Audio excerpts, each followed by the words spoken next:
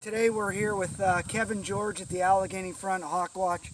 I'm behind the camera, so we're socially distancing quite a bit.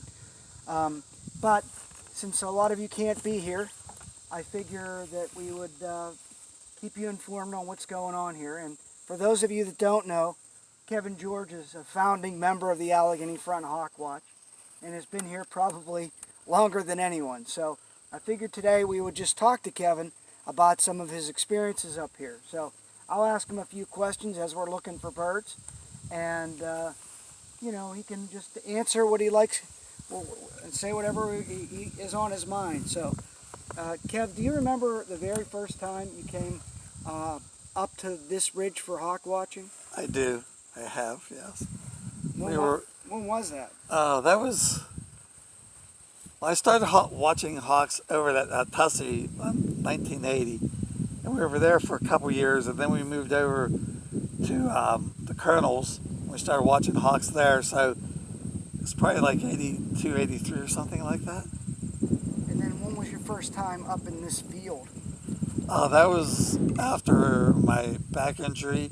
That had been like 7 years later, maybe? Yeah. Something like that. I wasn't here when they helped clear the field because I was hurt. They moved from the Colonels up further north for a little while, and then Tom brought the property here, and they cleared it off. Do you remember those early years? Yeah, I do. Yep. And that's been, what, 25, 30 years now, right? Yeah, it has been, yeah. Has it faded from your memory, or is it still vivid? It's still fresh. I remember seeing a Swainson's hawk there. I remember when we were there on east and west winds when we started, and on the west wind days there were hardly any birds flying because you couldn't see down the road very well.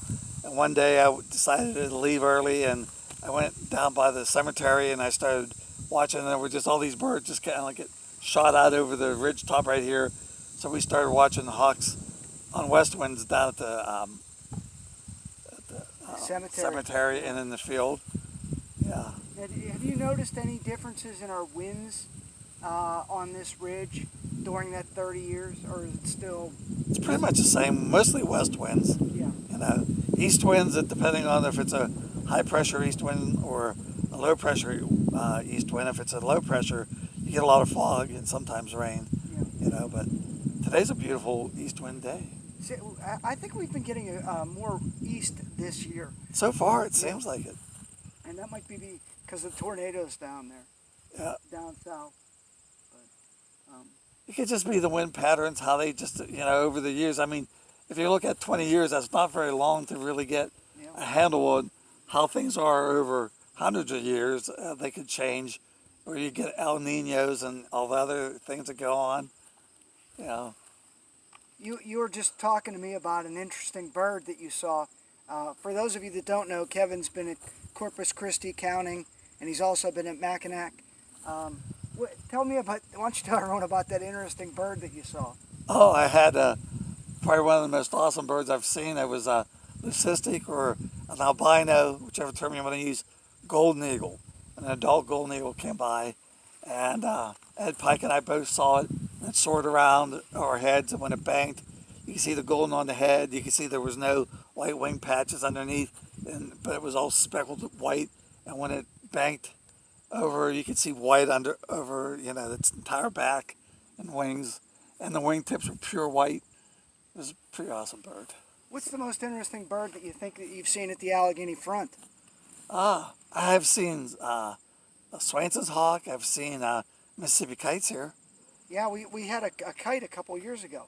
The swallowtail kites, which is really rare, which is awesome. They seem to be increasing their range. They have been, and Mississippi kites also, yes. And what's the biggest day that you can remember here?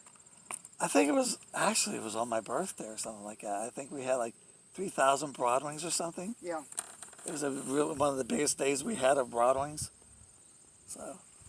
What's the difference between counting here and at Corpus Christi down in Texas and Mackinac and that's Upper Michigan, right? Upper Michigan, yeah. What are the biggest differences between counting between these three hawk watches? Oh, Mackinac is a pretty confined area where the birds will come across. So the sky, you don't have to, you know, depending on the winds, you don't have to scan much of a sky because the birds will come down like over your head wherever site you're at. Corpus Christi, it's Texas big, and you have to look from one horizon to another because they will just fill the whole sky up sometimes with birds. And then there's just the volume of birds that you see in Corpus Christi, which is, you know, like the biggest count in the U.S. So, Yeah. but Mackinac is pretty neat. It has, I think, the biggest count of red tails and golden eagles. A lot of rough-leggeds. We had a couple black vultures, which is pretty rare that far north. We had a couple Swainson's hawks. Last year we had a Mississippi kite. We get a decent amount of birds. And For your rough-legged, we get very few here. we get a couple hundred. Yeah, what are the morphs like there? Do you get It's probably 2/3. 2/3? Yeah, light morph and dark morph, I think. Yeah. And what about the weather at each place? Those are real extremes, right? It's really extreme. Mackinac, you're stuck between two ice cubes called Lake Huron and Lake Michigan, and it's the coldest that I've ever been. You get like 20-mile-an-hour winds, and it's 0 out, so the wind chill's like 20 0 blows. Fahrenheit, right? Yeah, 0 Fahrenheit. Yeah. And there's a bird. I see a plane. There's that red right tail. there. What else? And then Corpus Christi, in the shade, it could be 110. So you get like heat indexes like 120. Yeah. It's a good place to lose weight. I don't know if that's healthy, though. Well, yeah. But it is a good place to lose weight. And so what are your plans? You're going to be leaving here in a week? Yeah, I'll be going to Mackinac, not Mackinac, sorry, Detroit, beginning September. Hawk Watch starts, so. Yeah. Got a lot of people up there, we know. And Yeah. Havana will have our new center open once this COVID is over, so. Did I have it open now? Is the place? No, nothing's open. And they keep delaying it, but Is that soon, right? Soon, right? I think I talked to Jessica. I think the U.S. Fish and Wildlife are in the building. Are they? I think she said so. Okay, good. Yeah. Well, not last time I talked to her. So. And how does Detroit River compare to your other hawk watches? Everyone's unique. Yeah. And it makes the people that are at each hawk watch make it unique. Yeah. Detroit is probably like second or third, somewhere in that range of the number of birds that we see. Yeah. A lot of broadwings and a lot of turkey vultures, a lot of red shoulders and red tails.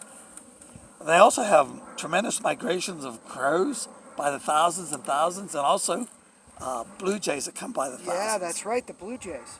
No other birds, but I mean, those are the ones you can see the most coming through that area. What about herons? I know every time I'm up by the lakes, I'll just see heron after heron after heron. There are a few there, A lot of ducks fly by. I mean, it's a huge migration corridor for all those birds and all the raptors.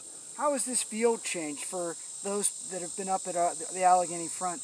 Trees have gotten taller. It's beautiful, and it is beautiful. The scenery is awesome. But how has it changed over the years? Just the trees might have got a little bit bigger. Trees? Yeah. Yeah. Okay. Which is always the problem with all the other hawk watches. I think I heard somebody was talking like at Hawk Mountain. Yeah. They got bigger trees and people don't want to chop them down, but they're in the way of watching birds. So, but yeah, some of these trees are getting much taller. That red tail's all the way over there now.